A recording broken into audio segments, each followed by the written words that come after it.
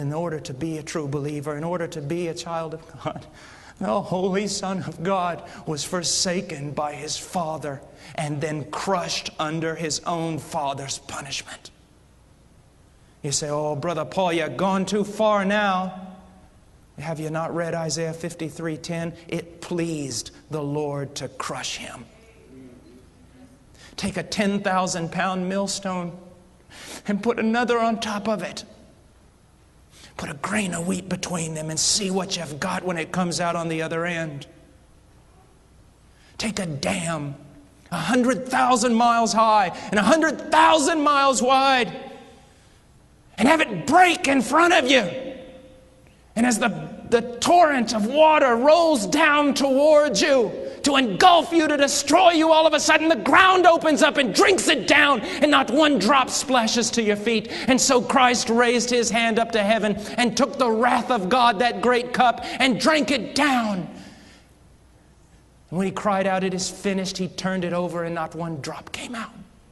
He drank the wrath of God and satisfied justice and appeased wrath, and therefore God can now be just and justify the sinner. This is what He's done. This is what He has done. The Puritans spoke a lot about repentance, not only from sin, but repentance from good works. You say, what do you mean? There is a real sense in which repentance is simply this: you give up from trying to justify yourself. You just quit.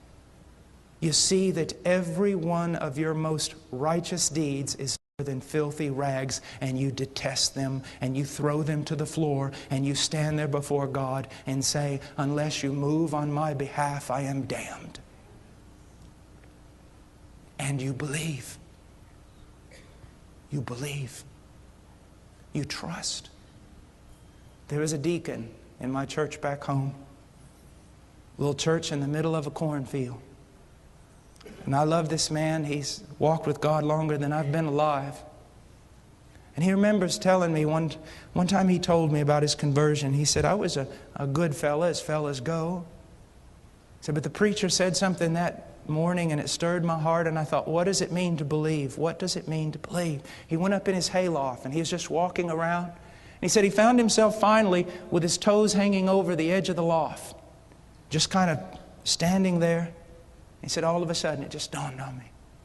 And this is what he said: Lord, I am going to trust, place my confidence exclusively, only in what your Son has done for me.